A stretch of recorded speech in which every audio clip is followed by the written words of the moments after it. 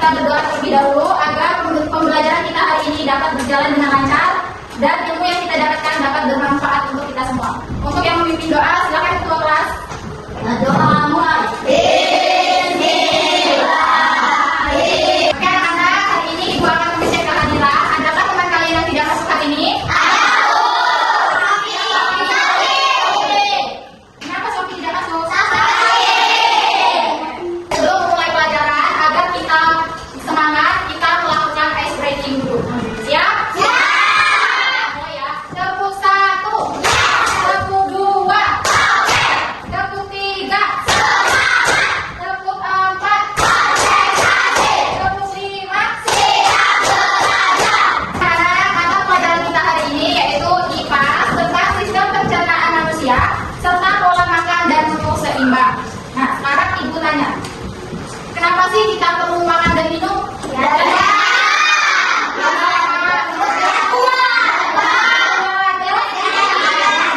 Biar ada energinya. Oke, sekarang Ibu tanya lagi, seperti apa sih makanan dan minuman yang sehat itu?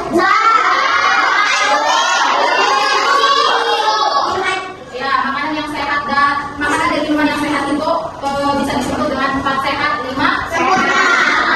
Aku akan menyampaikan tujuan pembelajaran kita hari ini. Yang pertama, agar kita mampu mengenali organ-organ serta fungsinya dalam sistem pencernaan pada manusia dengan benar. Nah, untuk tujuan pembelajaran yang kedua, kita mampu memberikan contoh menu makanan yang bergizi dan seimbang serta mampu menyebutkan cara untuk menjaga kesehatan pencernaan dengan benar. Kita perhatikan dulu, Ibu akan menjelaskan tentang mengenal organ pencernaan manusia. Jadi organ pencernaan manusia itu ada yang pertama mulut, yang kedua yang ketiga yang keempat ada usus halus, yang kelima rektum, dan yang keenam ada anus. Oke, yang pertama ada mulut. Mulut itu gunanya untuk apa sih? Jadi sebelum kita makan itu makanannya kan dimasukin dulu ke mulut. Setelah dari mulut ke kerongkongan. Nah, terus didorong dari kerongkongan didorong ke lambung. Terus, nah lambung ini tugasnya untuk menghancurkan makanan yang kita makan. Nah, di dalam lambung itu ada enzim yang menghancurkan karbohidrat, protein, dan lemak yang ada di dalam makanan yang kita makan. Nah, setelah dihancurkan, makanan itu akan berbentuk bubur atau pasta. Nah, setelah itu didorong lagi ke dalam usus halus. Mulai ke pembahasan yang kedua. Makan dan menu seimbang. Kenapa kita perlu makan? Nah, dia juga kan memerlukan basic untuk berjalan.